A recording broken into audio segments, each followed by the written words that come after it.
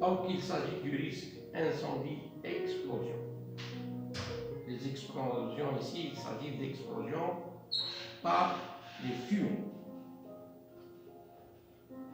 Tout d'abord le risque, formule générale.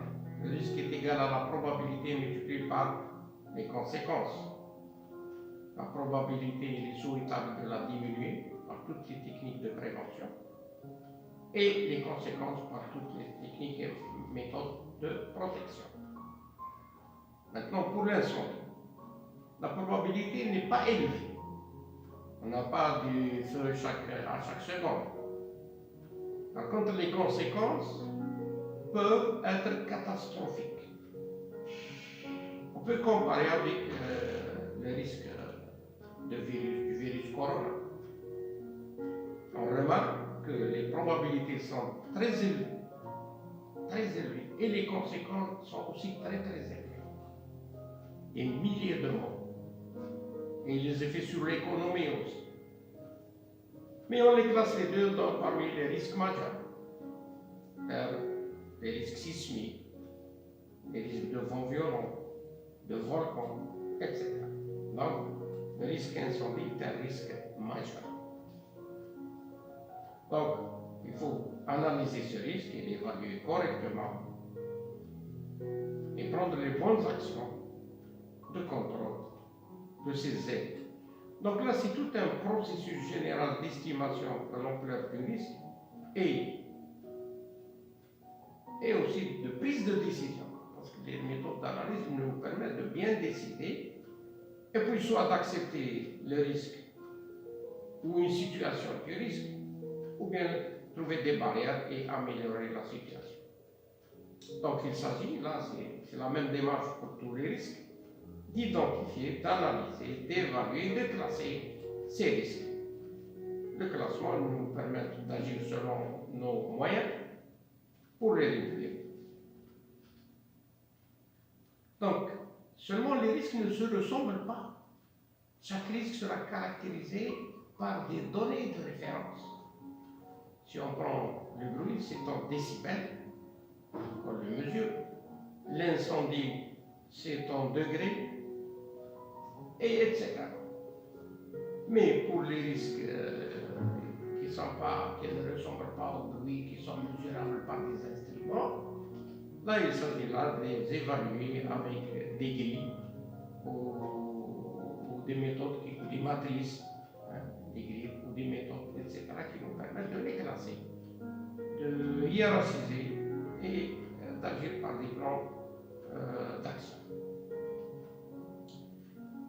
Les méthodes d'analyse et d'évaluation des risques, tout d'abord il y a les statistiques, il y a les checklists, il y a cette méthode appelée l'analyse préliminaire des risques, APR, et en anglais Preliminary Hazard Analysis, qui est faite par un groupe, 5 personnes, 7 personnes, 9 personnes, qui est autour d'une table d'analyse utilisant des tableaux. Cette méthode seule peut nous permettre de régler 80% des problèmes qui viennent des risques. Il reste 20%. Les 20% qui restent sont réglés par les méthodes, par les autres méthodes. Telles que par exemple, par ces deux méthodes combinées, l'analyse des modes de défaillance de réflexivité, la DEC, en anglais ici FMEA, Failure Mode and Defects Analysis, ou bien par la méthode hazard d'opérabilité, ou bien la méthode what if. Si cet événement, qu'est-ce qui peut arriver? Donc ces deux méthodes vont nous permettre d'avoir des matrices. Donc les deux méthodes combinées nous permettent d'avoir des matrices d'évaluation des risques, ou carrément en utilisant les couleurs, on voit les risques qui sont en rouge, qui ne sont pas réglés. Quand ils ne sont pas réglés, on n'a pas trouvé de solution. Les risques qui sont en jaune, partiellement, on souhaite que tout devienne vert, mais il y a là un problème de coût, de situation réelle, et puis ce qui est en vert en principe, c'est bon. Donc les matrices sont très utiles. Donc maintenant, ça nous permet de nous concentrer sur la zone où les risques sont classés dans la zone rouge. Donc, plusieurs autres méthodes d'analyse qui peuvent intervenir après être arrivé à cette matrice. L'analyse par les arbres de défaillance. Et là, c'est la méthode qui va nous permettre d'avancer très bien, de voir plus clair. Donc, nous aurons les défaillances, on va utiliser l'algèbre de Boole, et nous allons voir l'arbre tout à l'heure. Il y a même des logiciels qui vous permettent de développer des arbres de défaillance. Ensuite, l'analyse par arbre des causes. Cette méthode est réservée à plusieurs risques, mais surtout les accidents. Donc là, on cherche la cause des accidents, les dysfonctionnements organisationnels, etc. Nous avons par la suite l'analyse par arbre d'événements. Là, c'est le côté protection. Quand on a fait l'analyse par arbre des causes, c'est sûr qu'on n'a pas réduit le risque à zéro. Le risque zéro n'existe pas. Mais quand même, il ne faut pas qu'on baisse les bras. Donc, il faut dire, et si jamais le risque est réalisé, qu'est-ce qui va arriver? Là, c'est l'arbre d'événements qui va nous permettre de voir quelles sont les barrières, quels sont les moyens qu'il faut avoir, quel est le plan. Donc il y a plusieurs niveaux de plan d'opération interne, plan particulier d'intervention, etc. Et puis on a cette méthode morte qui est un peu parcourue. C'est surtout une méthode qui est utilisée par la NASA et par le ministère de l'Énergie aux États-Unis, c'est la méthode morte. Management Oversight and Review Technique, c'est vraiment un véritable checklist qui nous permet de voir quelles sont les défaillances dans le système, qu'est-ce qui manque, etc. Et puis tout ça est résumé par la méthode nœud papillon. Donc, nœud papillon, il y a l'arbre de défaillance, l'arbre des causes, et c'est toutes les méthodes d'analyse qu'on a vues vont aboutir à la méthode nœud papillon. Et puis il y a d'autres méthodes qui ne sont pas vulgarisées et sur lesquelles on n'a aucune idée. C'est maintenu au secret, voilà, parce qu'il y a une crainte. On ne veut pas que les pays qui ne connaissent pas la maîtrise des risques, de la maîtrise des risques à la maîtrise d'un autre risque, de la maîtrise des risques industriels à la maîtrise des risques nucléaires et puis au développement d'armes nucléaires. Donc, la méthode nœud papillon, c'est celle-ci. C'est comme un papillon d'une caravane. Hein. Il y a la partie prévention, la partie protection.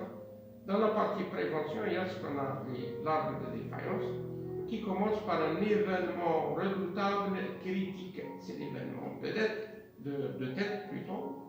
Et puis on le développe utilisant cet arbre, les portes et ou bien ou, et puis l'arbre est développé utilisant l'algèbre de Boole. Si on a la probabilité de chaque événement, des calculs nous permettent d'arriver à calculer la probabilité de cet événement de tête. Et là, c'est la partie prévention. Donc, si on n'est pas satisfait avec la probabilité, si la probabilité est élevée, on met des barrières. Des barrières, c'est ce qu'il y a en commun. On peut mettre là un détecteur de fumée, un système de désenfumage, ou un programme de formation, ou bien un mur coupe-feu. Avec ça, on recalcule. C'est sûr que la probabilité sera réduite. Et on a un événement, la probabilité de l'événement critique redoutable de tête. Si la probabilité est bonne, on travaille avec ça, sans dormir bien sûr. Là, il faut développer. Et si jamais ce risque se réalise, malgré les efforts qu'on a fait, donc on développe un arbre d'événements. Qu'est-ce qu'il faut? Le plan d'assistance mutuelle, l'appel des pompiers, un tas de choses. La vitesse de propagation de l'incendie, c'est la chose qui fait peur. La vitesse, c'est très rapide. Donc ça va être confirmé par cette vidéo, la vitesse de propagation. Il s'agit là de petites secondes. An electric coil, acting like a carelessly dropped cigarette, is heating this upholstered cushion, causing smoldering. Ça peut commencer avec un petit feu dans le coin d'un fauteuil, petite flamme due à différentes causes, cigarette, réchauffement par un radiateur, un court-circuit. Smoldering is slow combustion, taking place on the fuel's surface. Ça commence par une combustion très lente. Smoke is present without flame. Il n'y a pas de flamme. Ici, on a la fumée, on n'a pas la flamme. Smoldering can sometimes go on for hours before developing into flaming combustion. Des fois, ces petites fumées peuvent durer des heures. Mais malheureusement, dans certains cas, ce n'est pas des heures, c'est quelques petites secondes. Although smoke develops slowly in this phase, given enough time, it can fill a structure and kill occupants before any significant flaming is present. Malgré le fait que l'incendie n'est pas accompagné de grandes fumées, la salle peut être remplie par des fumées qui sont toxiques. Donc il faut commencer l'évacuation dès le début. C'est l'évacuation qui va sauver les choses. The fire is now progressing into the flame-producing stage. L'incendie est en train de progresser, les fumées montent. Flaming combustion can only occur when the necessary quantities of heat, fuel, and oxygen are present.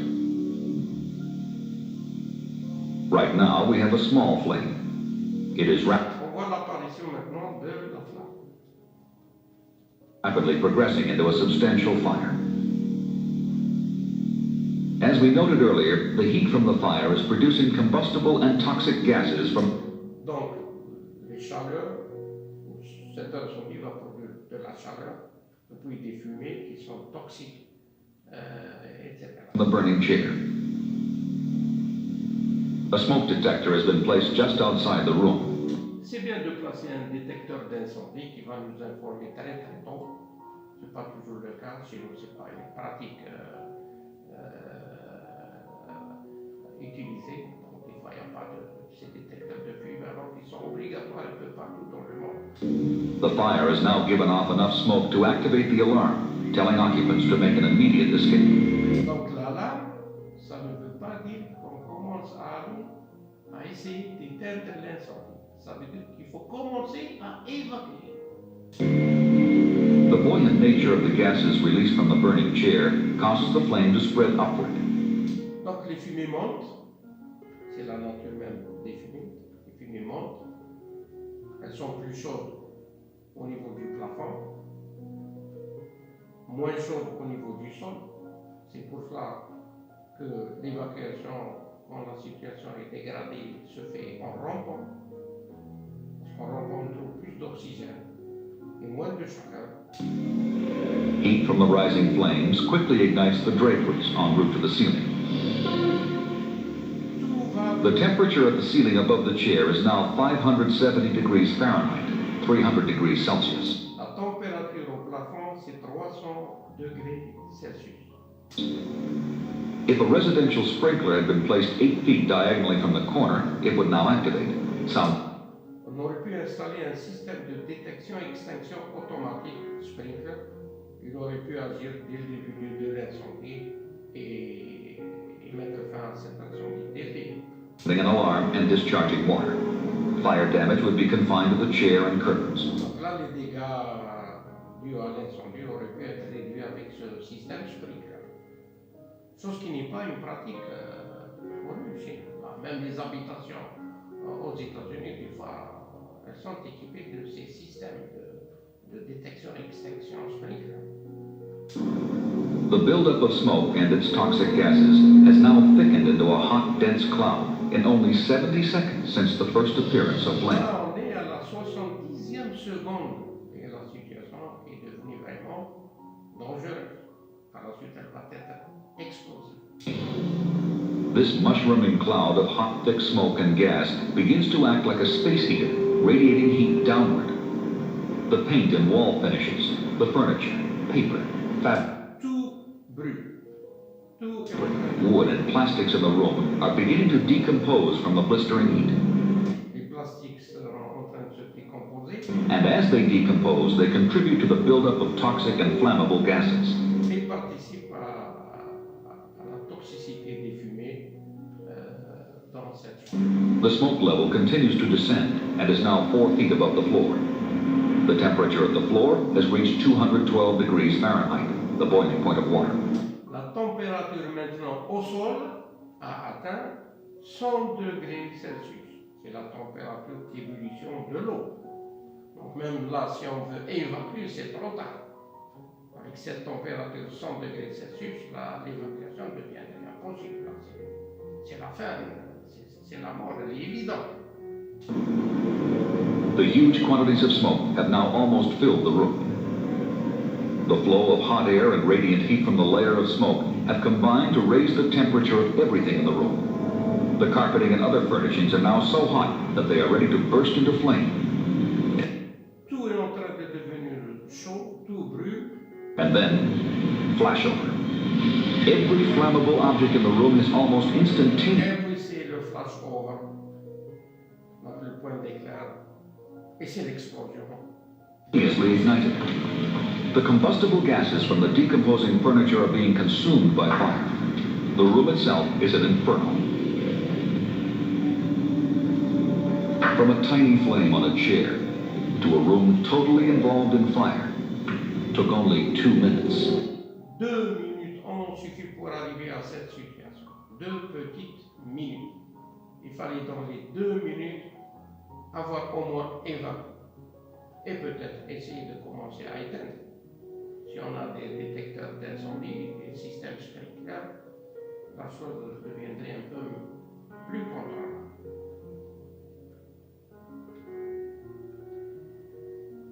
Donc si on évacue dans les 30 premières secondes, là c'est possible d'échapper à la mort. Sinon, après les 30 secondes, il y a tous ces problèmes qu'on a décrits dans la vidéo qui peuvent créer des dégâts. Donc, pour mieux comprendre, il faut voir ce qui se passe comme échange thermique dans les incendies. Tout d'abord, nous avons les rayonnements. Là, il s'agit d'un mode de propagation à distance qui peut se faire dans le vide. C'est les rayons électromagnétiques à distance entre un corps et un autre corps. Il n'y a pas de contact et pourtant la chaleur peut aller d'un corps le plus chaud au corps le plus froid. Nous avons la convection. C'est un transport de gaz chaud. Un gaz chaud donc monte. Donc c'est la poussée d'Archimède. C'est pour ça que les gaz chauds montent et on arrive à avoir des toits qui sont très très chauds et le sol moins chaud. La conduction a lieu lorsqu'il y a un contact entre deux solides ou deux milieux. Donc deux solides, la conduction peut passer la chaleur du solide le plus chaud au solide le plus froid. Et un autre mode de propagation, c'est la projection. Donc dans les incendies, les objets vont éclater, vont voyager dans l'air et vont être emportés. Toutes ces feuilles d'arbres, etc. peuvent aussi se projeter et puis aggraver la situation. On va résumer ça par cette vidéo. Nous allons voir les différents modes de propagation. Ils sont au nombre de 3. La conduction, la convection et le rayonnement. Pour la conduction, prenons un chalumeau et une barre de cuivre. Le cuivre a la propriété d'être un bon conducteur thermique. Chauffons-le à une extrémité. Et rapidement, nous nous rendons compte que la chaleur se transmet à l'autre extrémité. La chaleur se propage donc de proche en proche sans transfert de matière. C'est ce qui explique que dans certains incendies, la propagation peut se faire d'une pièce à une autre par l'intermédiaire de différents conduits, gaz, chauffage ou eau. Second mode de propagation, la convection. Imaginons le plafond d'une pièce représenté par cette feuille de papier, le foyer représenté par cette bougie. Les gaz issus de l'incendie étant chauffés, ils sont plus légers que l'air. Ils ont donc une tendance à monter. En entrant en contact avec le plafond, ils s'étalent, se refroidissent, s'alourdissent et retombent. Lorsqu'ils entrent à nouveau en contact avec le foyer, ils se réchauffent, s'allègent et remontent. Au bout d'un certain temps, ils auront transmis suffisamment de chaleur pour propager l'incendie au plafond. Troisième mode de propagation, le rayonnement. Si la conduction utilise comme support les solides, la convection est fluide, le rayonnement, lui, n'a besoin d'aucun support. C'est le cas de ce chauffage. Lorsque sa résistance est chauffée au rouge, elle diffuse la chaleur dans la totalité de la pièce, tel un rayon lumineux.